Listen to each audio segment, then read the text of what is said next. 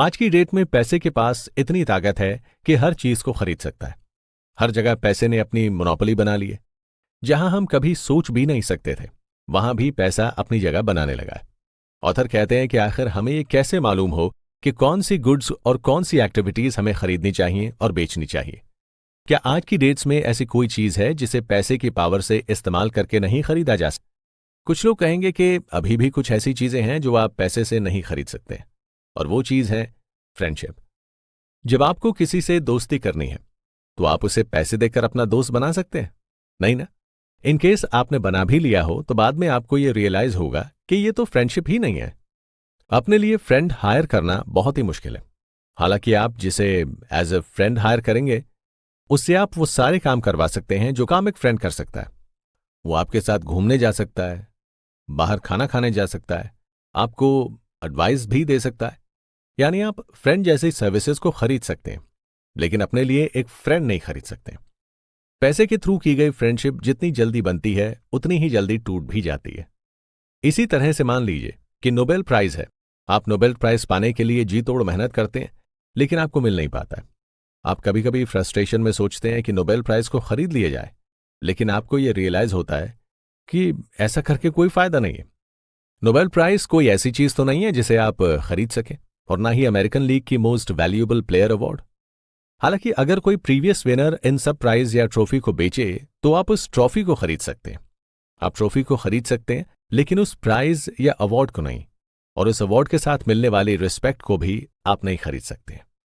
Nobel prize committee और American league चाहे तो हर साल अपने अवार्ड्स को ऑक्शन कर सकती है और ऑक्शन में इन अवार्ड्स को बेच सकती है। लेकिन नोबेल प्राइज और अमेरिकन लीग कमेटी को यह मालूम है कि इन प्राइज की एक वैल्यू है, और ये प्राइस अगर मार्केट में चले गए तो इनकी जो वैल्यू है वो डिसॉल्व हो जाएगी। वैल्यू का मतलब यहां पैसे से नहीं बल्कि स्टेटस से है। ऑथर कहते हैं कि अगर एक बार लोगों को यह मैसेज मिल गया कि ये सब प्राइजेस को पैसे देकर खरीदा जा सकता है, तो सालों से इन प्राइज और अवार्ड्स ने जो नाम और इज्जत कमाई थी और जो रिकग्निशन और अवार्ड हाथ लेकर आते थे वो सब वेस्ट हो जाएगा। से एक अनडिजर्विंग कैंडिडेट्स इस अवार्ड्स को हर साल खरीदने लगेगा। ऑस्कर अवार्ड्स दुनिया का सबसे प्रेस्टिजियस अवार्ड्स है, जिसमें दुनिया भर के फिल्म आर्टिस्ट्स अपनी मूवीज को भेजते हैं ताकि उनकी मूवी को अवार्ड मिले, जिससे ये लोगों को पता चले कि उनकी मूवी अच्छी है। कई ऐसे एक्टर्स या एक्ट्रेसेस थे, वो अपना ऑस्कर अवार्ड्स ऑक्शन में देकर फंड रेज करते थे।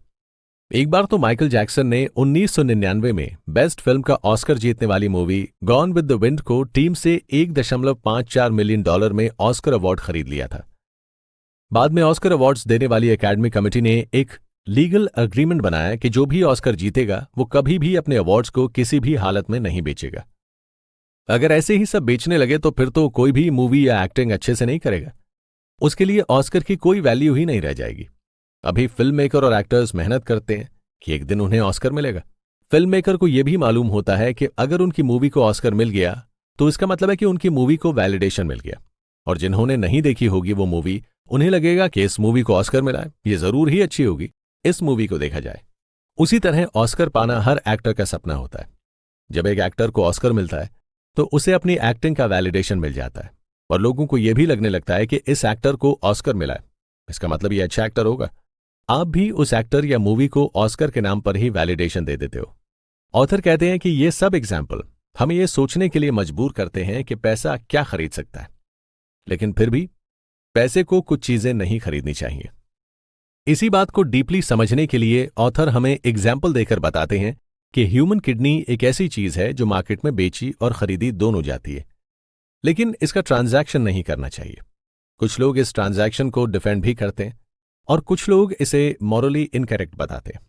किडनी खरीदना और बेचना कितना सही है, इसके लिए हमें प्रॉपर मॉरल इंक्वायरी करनी होगी में है, और जो इसके इसमें है आर्ग्यूमेंट करना होगा, और उनके जो भी पॉइंट्स हैं उन्हें समझना होगा, और उसी बेसिस पर यह डिसाइड करना होगा कि किसके पॉइंट्स ज्यादा वैलिड है। आज के दौर में इमोशंस को भी पूरी तरह से मार्केट कर दिया गया है, यानी आपको जो भी इमोशंस चाहिए वो मार्केट में मिल जाएगा। 2001 में न्यूयॉर्क टाइम्स ने एक स्टोरी पब्लिश की थी कि चाइना में एक कंपनी बड़ी ही अनयूजुअल सर्विस देती है। अगर आपको किसी से माफी मांगनी हो, चाहे वो लवर हो या कोई बिजनेस पार्टनर जिससे आपकी अनबन हो गई हो, लेकिन आपकी हिम्मत नहीं हो रही है उस इंसान से माफी मांगने की, तो आप टेंजिन अपॉलॉजी कंपनी की सर्विस को ले सकते हैं और कंपनी आपके बिहाफ पर उस इंसान से माफी मांगेगी। इसी तरह हक देने वाली कंपनी भी मार्केट में आ गई है। आप लोनली फील कर रहे हो, आप चाहते हो किसी को हक करना, आप हक देने वाली टीम की सर्विसेज ले सकते हो। ऑथर कहते हैं कि वो ऐसी सर्विसेज को देखकर हैरान रहते हैं।